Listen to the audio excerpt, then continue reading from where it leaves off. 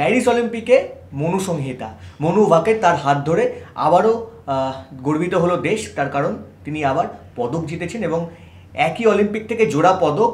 এই মুহূর্তে আমাদের সঙ্গে রয়েছে অভিষেক সেনগুপ্ত। অভিষেকদা, তোমার সঙ্গে যেটা সবার আগে জিজ্ঞাসা করবো যে নরম্যান প্রিচার্ডের কথা অনেকে বলে, আমরা বলতাম, কিন্তু সেটা তখন ব্রিটিশ ইন্ডিয়া ছিল 1900 সালে।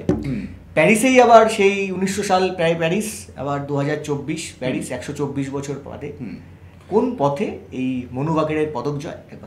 দেখো, অনেকেই কিন্তু মানে আমি শুরুতে তোমাকে একটা জিনিস বলে রাখি, অনেকেই ব্যাপারটা জানে না। সেটা হচ্ছে নরম্যান প্রিচার্ড কলকাতায় জন্ম, সেন্ট জেভিয়ার্স কলেজে পড়া, আইএফএর সেক্রেটারি ছিলেন, ফুটবল ভালো খেলতেন। তিনি 1900 সালে অলিম্পিক্সে নেমেছিলেন এবং সেখান থেকে 200 মিটার্স হার্ডেলস এবং 200 মিটার্স তোমার রেসে দুটো রূপো পেয়েছিলেন। তো এই যে 1900 সালের প্যারিস, সেখান থেকে 124 বছর পরের প্যারিস, হ্যাঁ, মানে আমাদের একটা মানে কোথাও না কোথাও ধরো একটা পদক আমাদের আসছে, আমরা ক্রমশ উন্নতি করছি, এটা ঘটনা, কিন্তু প্রাপ্তির যে একটা সার্টেন লেভেল হয়, সেই লেভেলটা আমরা বরাবর ওই জায়গাতে এসে আটকে যাচ্ছি, যে মনে হচ্ছে যে এর পরে আর কিছু নেই। কিন্তু দেখা যাচ্ছে যে আমরা যা ভাবছি তার বেশি অনেক কিছু পাওয়া যেতে পারে। এই যে ধরো অলিম্পিক শুরুর আগে বলা হচ্ছিল যে মনু ভাকের বা সরবজিৎ সিং, এই যে আমাদের শুটাররা, মানে তুমি যদি হিসেবে দেখতে যাও, শুটিং টিম যেখানে পাঠিয়েছে, হ্যাঁ, 21 জনের একটা টিম রয়েছে, সেই টিম থেকে কি পদক ফলবে না বা পদকের ফসল আমরা দেখবো না? যেখানে প্রথম দিন শুটিং টিমের একরাশ ব্যর্থতা ছিল, মনু সেখানে উজ্জ্বল হয়েছিল। ব্যর্থতার প্রসঙ্গ যদি তুমি যদি তোলো, তাহলে 2004, 2008, 2012 পরপর তো আমাদের রাজবর্ধন সিং রাঠোর থেকে শুরু হয়েছিল, তারপর অভিনব বিন্দ্রের সোনা, তারপরে তো লন্ডন অলিম্পিক্সে তোমার বিজয় কুমার এবং গগন নারাং দুটো পদক ছিল আমাদের শুটিং থেকে। তো এই যে এর পরের মানে 2016 এবং 2020 মানে রিও এবং টোকিও দুটো জায়গাতে কিন্তু শুটাররা ভীষণভাবে আমাদের নিরাশ করেছিল। সেখানে বিশেষ করে টোকিওর কথা যদি বলি, তো মনু ভাকেরও সেখানে ছিল। সে তো একটা মানে খুব কি বলবো, মানে যাকে বলে যে এই ধরনের ইনসিডেন্ট যেন কোনো অ্যাথলিটের সঙ্গেই না ঘটে কখনো। সেখান থেকে ফিরে এসে একটা মেয়ে দুটো পদক জিতছে একটা অলিম্পিকে, এটা কিন্তু অবিশ্বাস্য একটা ঘটনা। মানে শুধু অবিশ্বাস্য নয়, মানে দেখো কোথাও কোথাও কোথাও হয়তো যখন মানে আমার এটা দুর্ভাগ্য, আমি অলিম্পিক করেছি, এশিয়ান গেমস করেছি, এশিয়ান গেমসে যখন সোনা জেতে তখন তো ন্যাশনাল অ্যান্থেম বাজে, তো ফলে না মানে যখন ন্যাশনাল অ্যান্থেমটা হয় না, চোখে জল চলে আসে, গায়ের রং খাড়া হয়ে যায়, হ্যাঁ। তো এই যে মানে একটা ইমোশনের জায়গা, সেখানে দাঁড়িয়ে দেশ দুটো পদক জিতছে, একটি মেয়ে ইতিহাস তৈরি করছে, 124 বছরের পুরনো ইতিহাস ফিরিয়ে আনছে, এটা কিন্তু সত্যি একটা অবিশ্বাস্য প্রাপ্তি। আমরা ভাবতে পারি না কেউ, আমরা ভাবি যে অলিম্পিক থেকে একটা পদক আনা মানে যার কাছ থেকে অনেক কিছু পাওয়া হয়ে গেল, কিন্তু একই অলিম্পিকে একই মানুষ এই দুটো পদক জিততে পারে, একের বেশি না। আমরা মাইকেল ফেলপসকে দেখেছি, উসেন বোল্টকে দেখেছি, আমরা এবার বলতে পারবো যে তাদের মনু ভাকের একাধিক পদক একই জায়গা থেকে একই অলিম্পিক থেকে নিয়ে এসেছে, নিঃসন্দেহে আমাদের কাছে গর্বের বিষয়। দেখো, আর একটা পয়েন্ট এখানে বলা খুব ইম্পর্টেন্ট, যে আমরা কি বলি যে ধরো কেন একটা টিম গেমের সঙ্গে কেন একটা ইন্ডিভিজুয়াল ইভেন্টে কেন একটা ফারাক হয়, সেটা হচ্ছে যে বিশেষ করে তুমি যদি অলিম্পিক্সের সঙ্গে অন্য কোনো খেলার যদি তুলনায় তুমি যেতে যাও, তাহলে দেখতে পাবে যে আজকে ক্রিকেটে 1 মাস অন্তর অন্তর বিভিন্ন ইভেন্ট, প্রতি বছর একটা করে ওয়ার্ল্ড কাপ, ফলে তোমার কাছে কিন্তু সম্ভাবনা রয়েছে যে তুমি তোমার ভুল শুধরে নিতে পারছো। কিন্তু অলিম্পিক্সে 4টে বছর তোমায় অপেক্ষা করতে হয়, যদি ইনজুরির কারণে বা যদি কোনো কারণে তুমি অলিম্পিক্সে নামতে না পারো, বা তুমি না নেমেও যদি মনু ভাকের মতন ট্রিগারের প্রবলেমে, তুমি যদি লিভারের প্রবলেমে তুমি যদি না চালাতে পারো, তাহলে সে এই যে আক্ষেপটা সারা জীবন ধরে বয়ে থাকে। বা তুমি ধরো কেউ যদি 4th হয়, মানে আমরা তো বারবার পিটি উষার কথা বলি, আমরা বারবার জয়দীপ কর্মকারের কথা বলি, দীপা কর্মকারের কথা বলি, যারা 4th পর্যন্ত আসতে পেরেছিল। তুমি ভাবো সেকেন্ড ফ্র্যাকশনের একটা ফারাক থাকে 4th হয়।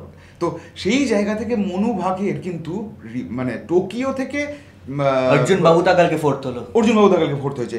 এই যে মানে তুমি যদি টোকিও থেকে প্যারিস পর্যন্ত এই যে ফারাকটাতে মনু ভাকের উত্থানের যদি তুমি মানে রোড ম্যাপটা দেখতে যাও, তাহলে তুমি দেখতে পাবে এ কিন্তু প্রতিটা টুর্নামেন্টে আস্তে আস্তে আস্তে আস্তে গ্র্যাজুয়ালি ইমপ্রুভ করেছে।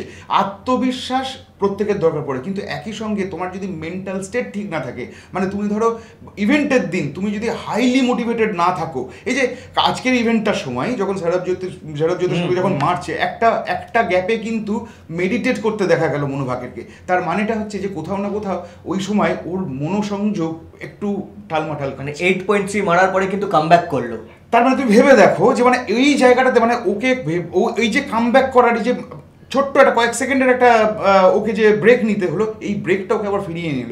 ফলে শুটিং একটা খুব ডিফিকাল্ট একটা স্পোর্ট, মানে যেখানে তুমি একই সঙ্গে পারফর্ম করছো, যেখানে একই সঙ্গে তুমি নিজেকে হাইলি মোটিভেটেড রাখতে হচ্ছে, তোমায় দুটো একসঙ্গে ম্যাচ করানো কিন্তু খুব ডিফিকাল্ট। এটা যে কোনো স্পোর্ট ইভেন্টে, মানে যে কোনো ফুটবল, হকি, ক্রিকেট তুমি যাই বলো, সেখানে তোমার খানিকটা অভাব হলে অন্যরা পূরণ করে দিতে পারে। যেটা আজকে মনুর ক্ষেত্রেও দেখলাম, এই মিক্সড টিম ইভেন্টে মনু টিমকে টানছে, যে সময় মনু খারাপ করছে সে সময় সরবজিৎ টানছে। জয়দীপ কর্মকারের সঙ্গে গত পরশুদিন যখন কথা হচ্ছিল আমাদেরকে, তিনি বলেছিলেন যে মনু ভাকেরের কাছ থেকে তিনি আরও পদক আশা করছেন। সত্যি সেটা হলো, কার্যকরও হলো, মনু ভাকের আরও একটা পদক এনে দিলেন। প্রসঙ্গত মনু ভাকেরের আরও একটা ইভেন্ট রয়েছে 25 মিটার এয়ার পিস্তল, আর সেটা হচ্ছে ওর প্রাইম ইভেন্ট। এইটা বলতে যাচ্ছিলাম তোমায়, ও কিন্তু 10 মিটার এয়ার পিস্তল ওর কিন্তু সেকেন্ডারি ইভেন্ট। বরাবরই কিন্তু ও 25 মিটারে কিন্তু ও মানে বিশ্বের যে কজন এই মুহূর্তে পদকের সম্ভাব্য তালিকায় রয়েছে তার মধ্যে কিন্তু প্রথম 3-এর মধ্যে রয়েছে। ফলে 25 মিটারে ও যদি পারফর্ম করে, কে বলতে পারে যে নরম্যান ফিশারকেও ছাপিয়ে যাবে না? 3টে পদক একটা মেয়ে নিয়ে আসছে। দেখো এখানে একটা প্রসঙ্গ প্রায়ই আসছে যে আমরা অ্যাথলিটকে অ্যাথলিট বলে ভাবি না কেন, আমরা কেন ছেলে মেয়ে ডাইভার্সিফিকেশনে যাই আমরা। এখানে একটা জিনিস সত্যি, আমাদের সামাজিক পরিস্থিতি, আমাদের ওভারঅল দেশের, তুমি যদি সবার মানসিকতা ভাবতে যাও, তাহলে কোথাও না কোথাও মেয়েদের একটু পিছিয়ে থাকা বলে ভাবা হয়। তারপরে হরিয়ানার মতো জায়গায় যেখানে এই প্রচুর মানে আমরা অনেক ধরনের অপ্রীতিকর ঘটনার কথা শুনে থাকি। এই পরিস্থিতিতে দাঁড়িয়ে একটা হিসেব তুমি যদি দেখতে যাও, দেখবে এবারের অলিম্পিকে যে 117 জনের টিম গেছে, তার কিন্তু খুব, মানে তুমি যদি ভাগাভাগি দেখতে যাও তাহলে কিন্তু খুব close number of female athletes রয়েছে। তার মানে হচ্ছে আমাদের ছেলেদের সঙ্গে মেয়েদের ফারাকটা কমছে। এই যে কমছে তার কারণ এই জায়গাটাতে শুধু যে মানে ওয়ার্ল্ড ওরিয়েন্টেড পারফরমেন্সের জন্য শুধু যে তা নয়, মেয়েরা অনেক বেশি এগিয়ে আসছে, পদক জেতার স্বপ্ন দেখতে পাচ্ছে। একেবারেই ভারত কতগুলো পদক জেতে আগামী দিনে, সেদিকে তো আমাদের নজর থাকবেই, কারণ একগুচ্ছ সম্ভাবনা রয়েছে ভারতীয় অ্যাথলিটদের ঘিরে। আর আপনারা অবশ্যই নজর রাখুন TV9 বাংলা ডিজিটালে।